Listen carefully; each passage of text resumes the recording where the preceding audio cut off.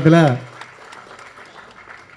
அவங்களோட சம்பளங்களை வந்து கரெக்டாக கராராக வாங்கிட்டு நடிச்சுக்கிட்டு இருக்கிற ஹீரோவை தான் நான் கேள்விப்பட்டிருக்கேன். ஏன்னா நமக்கு அனுபவம் இல்லை, கேள்விப்பட்டது தான். ஆனால் எனக்கு கிடைச்ச ஹீரோ வந்து அவருடைய சம்பளத்தை இன்றைக்கி வர பாதி அமௌண்ட்டு தான் வாங்கியிருக்காரு. பாதி அமௌண்ட்டு வாங்கவே இல்லை. வாங்காமல் எனக்கு அந்த 8 நாள் ஷூட்டிங்க்கு வந்து ரொம்ப அற்புதமாக வந்து சப்போர்ட் பண்ணி என்கிட்ட இதுதான் சார் இருக்குது, நீங்கள் கொண்டு போவேன் அப்படின்னு அவர்கிட்ட ஒரு உறுதிமொழி சொன்னேன்.